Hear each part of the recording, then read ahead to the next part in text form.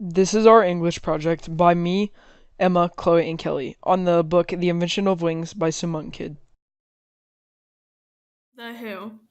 Handful, Mama, the house slaves, Sarah, and her family, which is known as the Grumpke family. The What. Handful and Mama are slaves of the Grumpkes, and Handful befriends the Grumpke daughter Sarah. Sarah Grumpke disagrees with her family belief that slavery is just a normal part of their lifestyle. As she grows, she develops her own anti-slavery beliefs and stands by them no matter the cost. Handful has to endure growing up enslaved with her rebellious mother who would do anything if it meant freedom for her daughter. The When, the early 1800s. The Where, in Charleston, South Carolina, at the Grimke Plantation. The Why, to show the experiences and struggles of the slaves in the early 1800s. The theme of the book is always stand by your beliefs, no matter what the consequences may be, and no matter what other people think of your beliefs. These quotes show our theme using a simile and a quote where Sarah is protesting at her own birthday. The quotes are, "Every eye fixed on me," Mrs. said. "This is our little Hetty. Sarah dear, she is your present, your very own wedding maid." Miss Sarah plopped on her chair like somebody had shoved her. "I took meals in my room for 3 full days as a protest against owning Hetty.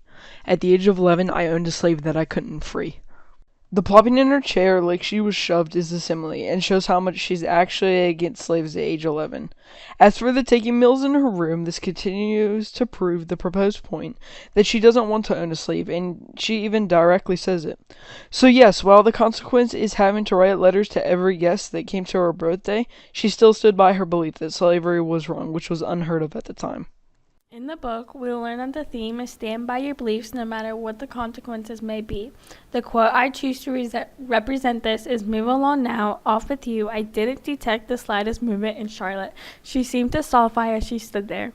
Mama would not move out of the way for the white woman, even when the woman continued to tell her to move. Mama was not going to let the woman tell her what to do. She stood up for herself as a slave. When they use the word solidify, we can visualize Mama not moving and standing still as possible, almost like turning into a statue. In the quote pictured, the author conveys a tone of devotion. Sarah fully understands that if she and Nina do not recant the letter, then they will be expelled from Quakerism. She has given up everything to get to this point. It seemed to her that this was all that was left to her. But she is devoted to the abolitionist cause. She will not give up her fight no matter the consequences. She could be expelled from Quakerism, even banned from Charleston, but she stands by her beliefs, and she always will.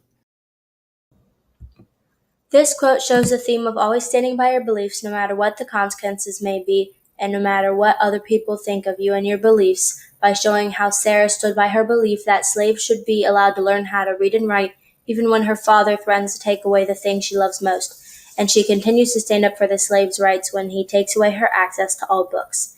Sarah shows a tone of desperation as she tries to convince her father to allow the slaves to learn reading and writing, and didn't stop standing by her beliefs even though her father was disappointed and ashamed of her.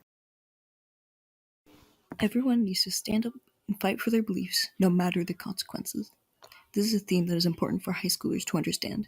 Kids our age are starting to get involved in society and politics, especially since we'll be able to vote by the end of our senior year. In order to be involved, it's important to always stand up and fight for your beliefs. The need to stand up and fight is important now more than ever, especially for a new generation of voters.